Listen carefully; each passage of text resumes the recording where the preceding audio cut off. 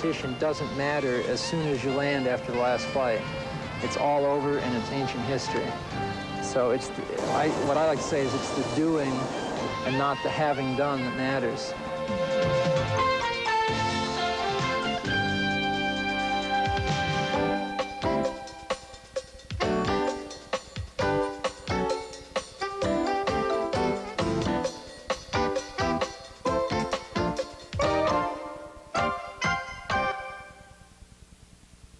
Here's your invitation.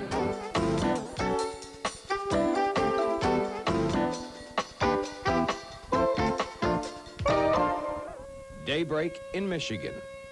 A silky body lies crumpled in a fallow field. A cold corpse waiting patiently for the warm breath of life.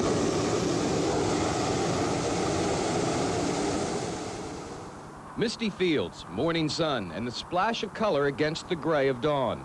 A hot air balloon is the ultimate symbol of freedom from the drudgeries of the world.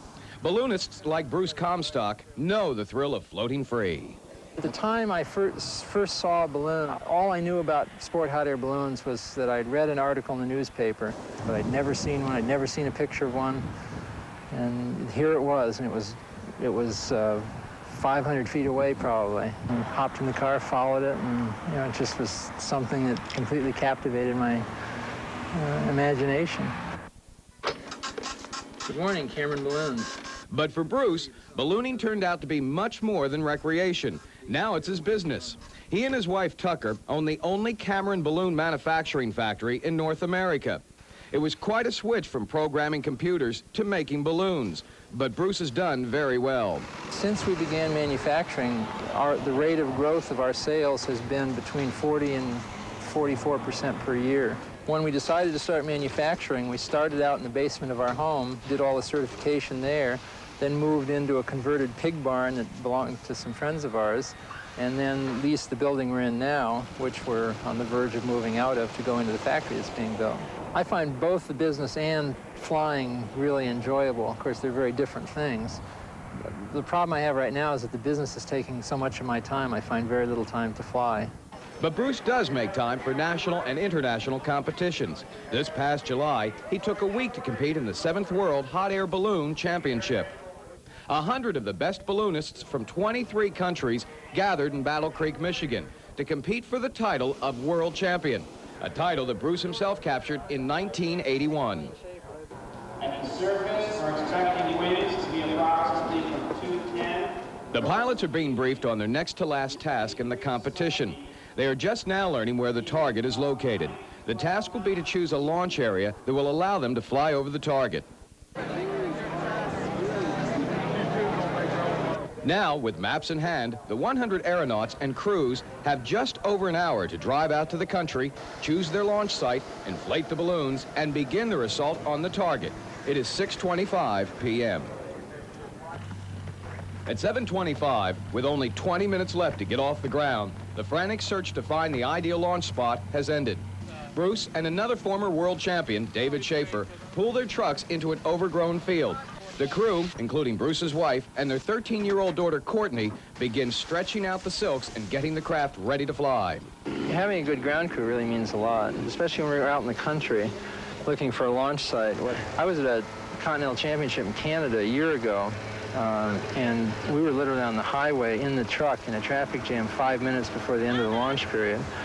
And we drove into a wide sort of, not ditch, but area of grass on the side of the road. And from the time I said, we're going from there, to the time I was standing in the basket ready to lift off is 3.5 minutes. And that's crew, really.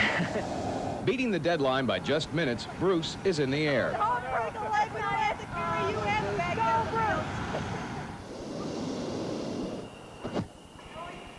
An hour later, the orange, yellow, green, and red balloon nicknamed Watermelon is on the ground. Only 6 markers were closer than his to the target. Well, I feel a heck of a lot better than I felt on any of the other flights this week, because I've been doing just sort of what I consider to be a mediocre job. I rarely am as low as 18th place in the overall standings in any championship. I finished in the top 6 in the 4 world championships I've flown in. As I say, I can't count to 18. I told my wife and daughter this morning that it was time for me to make my move. So this is the beginning of it, and I'll do the rest in the morning. It's 45 degrees already. 42. It's the final day of competition. The target area has been moved to a different location, and once again, the pilots are searching for what they consider to be the perfect site. You go around the country and you put little balloons up, and each one goes a different direction from the one before. And then you stand, you scratch your head for a long time. I guess I take it too seriously. I want to be in the exact right place. Finally, a decision is made, but the landowner can't be found to give permission to launch from his property. Bruce settles for a backyard 1,000 feet down the road. I'm a real competitor deep down, and I enjoy the process of competition. The thrill of winning a championship isn't quite as great now as it was 5 or 10 years ago for me, but the thrill of doing well is. See, I have this strange belief that what happened in the competition doesn't matter as soon as you land after the last flight. It's all over and it's ancient history. So what I like to say is it's the doing and not the having done that matters. Winning more things doesn't mean much to me, but the actual doing, the actual going out and competing, I really enjoy. And if I happen to win, that's great. You know, I'll just put the trophy on the mantle next to the others, and it'll collect dust just like the rest of them are. Bruce's finish in the world competition was his worst ever. He was 21st, but he flew in the U.S. Nationals 3 weeks later and walked away with a runner-up trophy.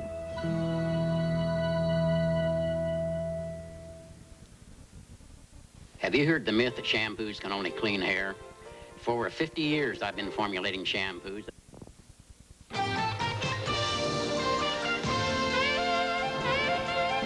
On the next Sunday Times, November 3rd. There's more safety problems now than before 3 Mile Island, and that they are not being resolved. Some of those safety problems are ones that are occurring at Fermi. My goal is to get back into the top 10 where I really feel that I belong, because I was there once and I felt that I proved myself.